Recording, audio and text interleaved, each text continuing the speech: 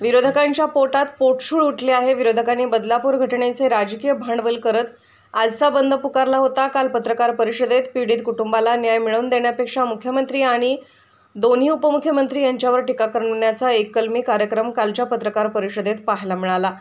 या प्रकरणी दोषीला कडक शिक्षा झाली पाहिजे, यासाठी जे काही करावे लागेल ते सरकार प्रामाणिकपणे करणार आहे। विरोधक मत समोर ठेवून कशा घाणेरड्या प्रवृत्तीने एखाद्या गोष्टीचं भांडवल करत आहेत हे काल संपूर्ण महाराष्ट्रासमोर आले आहे। न्यायालयाने विरोधकांचे मनसुबे धुळीला मिळवले आहेत। नाशिकमध्ये मराठा आंदोलकांनी मुख्यमंत्री यांची भेट घेतली। काँग्रेसच्या विरोधी पक्षनेते यांनी जे वक्तव्य केले ते धांदात खोटे आहे असे ते आंदोलक सांगत होते। मुख्यमंत्री यांनी सर्वपक्षीय बैठक बोलावली होती, त्यात सर्व विरोधकांनी बहिष्कार टाकला होता। सभागृहात एक बोलायचं, बाहेर एक बोलायचं असे सुरू आहे। महाराष्ट्र राज्य सरकारची भूमिका स्पष्ट आहे। 10% आरक्षण दिले, ओबीसी बांधवांवर कुठेही अन्याय होणार, विरोधी पक्षाने सांगावे की आरक्षण द्यावे की नाही। हा सर्व हायकोर्टाचा अवमान आहे। एखादी व्यक्ती जेव्हा न्यायालयात जाते तेव्हा त्यांना न्याय देणे त्याचे योग्य की अयोग्य हे न्यायालय ठरवत असते। काही लोकांना न्यायालयाचे निर्णय मान्य नाही, ते जेव्हा त्यांच्या बाजूने निर्णय दिला जातो तेव्हा ती संस्था चांगली आणि विरोधात दिला की त्या संस्थेला बदनाम करण्याचा प्रयत्न केला जातो। आपल्या सगळ्यांचं स्वागत करतो। एक 2-3 महत्त्वाच्या विषयासाठी आज पत्रकार परिषदेचं आयोजन केलं आहे। एक म्हणजे आता 12:30 वाजता माननीय राज्याचे मुख्यमंत्री आणि दोन्ही उपमुख्यमंत्री मुख्यमंत्री माझी लाडकी बहीण योजनेच्या कार्यक्रमाला येत आहेत।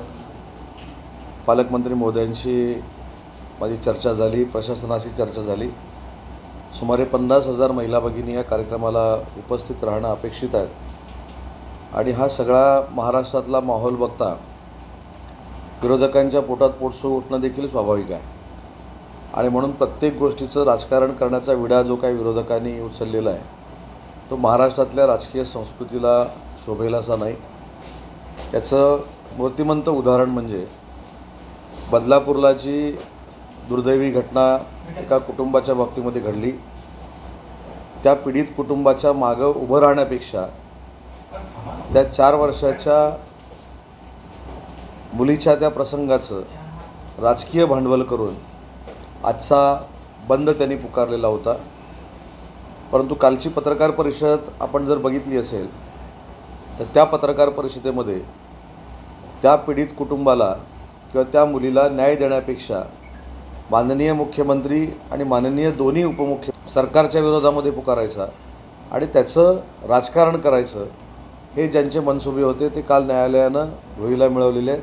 आणि म्हणून विरोधकांना देखील मला विनंती करायची आहे सन्मानपूर्वक की अशा प्रसंगामध्ये आपण सगळ्यांनी एकत्र येऊन महाराष्ट्राची संस्कृती जपली पाहिजे।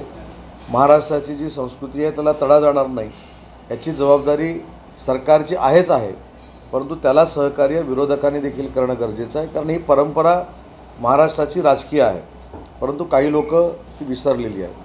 याचं अजून एक उदाहरण सांगतो। काल नाशिकमध्ये हा जो कार्यक्रम झाला त्या कार्यक्रमाला माननीय मुख्यमंत्री उपस्थित होते, माझी लाडकी बहीण योजना, आणि तिथे मराठा आंदोलकांनी मुख्यमंत्री महोदयांची भेट घेतली।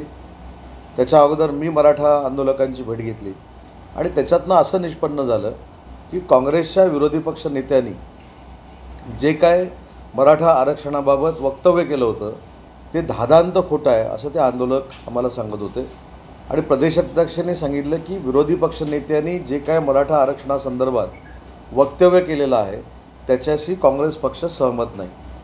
आता हेच तुमच्या लक्षात आलं असेल की एकानं सोबत आहे म्हणून सांगायचं आणि दुसऱ्यानं सोबत नाही म्हणून सांगायचं आणि समाजामध्ये धर्मामध्ये तेढ निर्माण करायची आणि त्याचा उपयोग फक्त मतासाठी करून घ्यायचा, हा काही लोकांचा उद्योग बनलेला आहे। आणि म्हणून काल देखील मराठा बांधवांना ज्या काही गोष्टी कळल्या हे मला असं वाटतं की काही लोकांचा पर्दाफाश झालेला आहे। आणि त्या आंदोलकांनीच असं सांगितलं की ज्यावेळी मुख्यमंत्री महोदयांनी सर्वपक्षीय बैठक बोलवलेली होती त्या बैठकीमध्ये सगळ्या विरोधकांनी बहिष्कार टाकलेला होता। त्याच्यामुळं सभागृहामध्ये एक बोलायचं, सभागृहाच्या बाहेर एक बोलायचं हे आम्हाला आता कळायला लागलेलं आहे।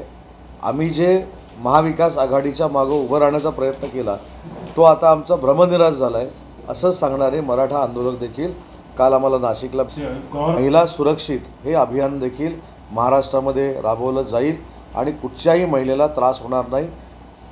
पर्यायी कुठच्याही महिला भगिनीकडे डोळे वर करून बघण्याची ताकद कोणाची होणार नाही, अशा पद्धतीनं शासन निर्णय घेईल अशी भूमिका सरकारची आहे. नाना पटोलेंनी म्हटलं की सरकारने आपल्या बगल बच्चांना कोर्टात पाठवून आपला बचाव केलेला आहे या संपूर्ण महाराष्ट्र बंदच्या आंदोलनात. मला असं वाटतं की हा सर्वोच्च माननीय हायकोर्टाचा अवमान आहे. जर एखादी व्यक्ती न्यायालयामध्ये गेलेली असेल तर त्याला न्याय देणं आणि न्याय न देणं हे न्यायालय ठरवत असतं. त्याचं म्हणणं योग्य आहे की अयोग्य आहे हे न्यायालय ठरवत असतं. कालची देखील आपण पत्रकार परिषद बघितली असेल. न्यायव्यवस्थेवर देखील प्रश्नचिन्ह उभं करण्याचं काम महाराष्ट्रातली काही लोक करत आहेत. त्याच्यामुळं त्यांना सरकार मान्य नाही, त्यांना ज्युडिशरी पॉवर आहे ती मान्य नाही, त्यांना न्यायालयाचे निर्णय मान्य नाहीत. ज्यावेळी न्यायालय किंवा एखादी संबंधित संस्था त्यांच्या बाजूनं निर्णय देते त्यावेळी ती संस्था चांगली असते आणि ज्यावेळी ती निर्णय त्यांच्या विरोधात देते त्यावेळी त्याला बदनाम करण्याचं षडयंत्र यांचं असतं.